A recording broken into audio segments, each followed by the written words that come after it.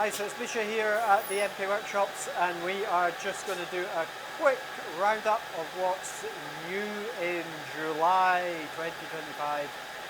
We'll show you around the workshop and you can see what's going on.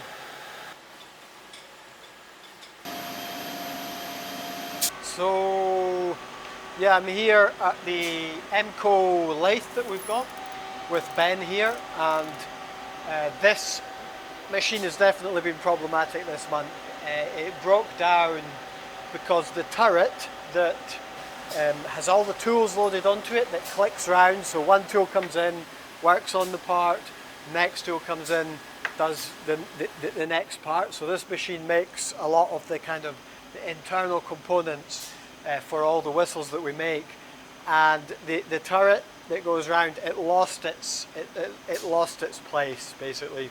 And it took 3 weeks to fix that. So in that time we're getting further and further behind.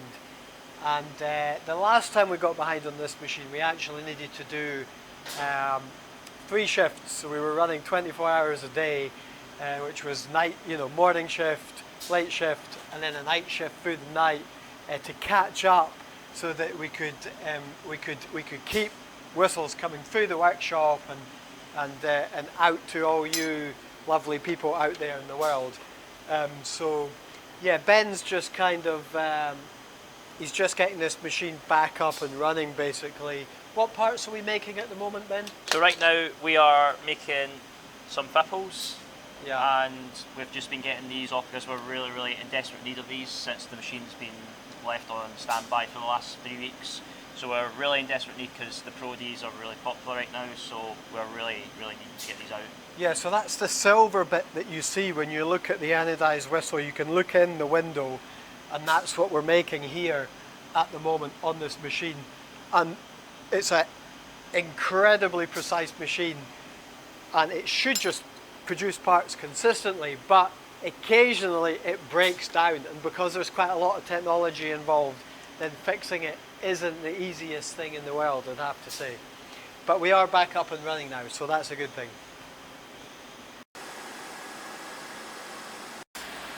So we're just taking a sneak peek here at some work that's going on.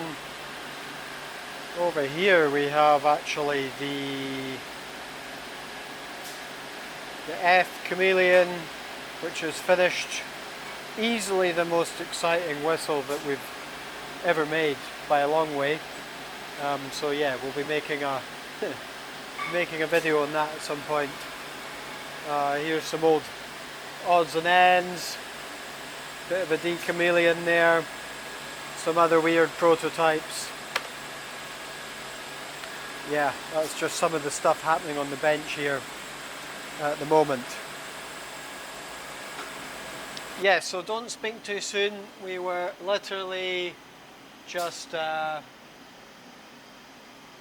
producing a part there, and it's gone horribly wrong. Let me just show you that a second.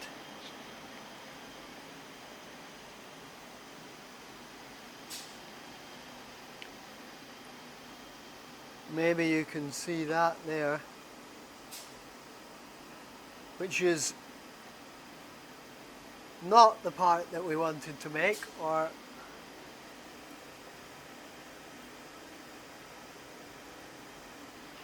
but yeah, disasters happen, but hopefully we'll get away with that. So yeah, one of the things we've done a huge amount of work around is enclosing in the workspaces. If we're using glues and solvents like this IPA here, this is a way of enclosing the workspace so the fumes don't escape. There's actually an air outlet sucking air up into there. And then what we've actually got is up, let's see, up here, up there, there's a little air sensor. It's got a kind of digital coloured readout, so we can actually tell, looking at that, is the air that this is recording, that's an air gradient air sensor, is that giving us nice clean air in the workshop. And this hood, although this is made in cardboard, has made a massive difference to that. We're just about to reconstruct this in polycarbonate material, so it will actually be see-through. It should look quite smart at the end, but this has been you know, a massive step forward. We're actually kind of almost on the cutting edge of extraction. Like, this isn't something that is done in that many workshops, but I think half the problem with not doing anything about it is that you're actually not able to know what's in the air that you're breathing.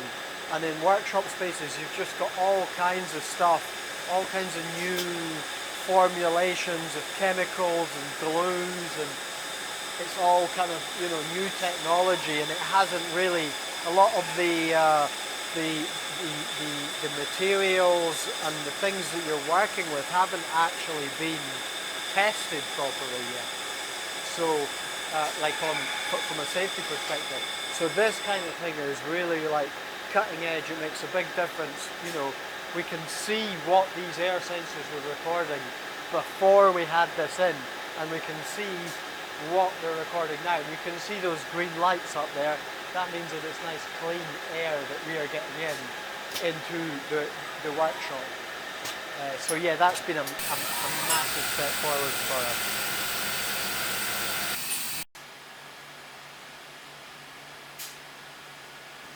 So that was a very quick roundup of what was new and what went wrong this last month. Hit like and subscribe if you get a moment, and yeah, we'll see you next time.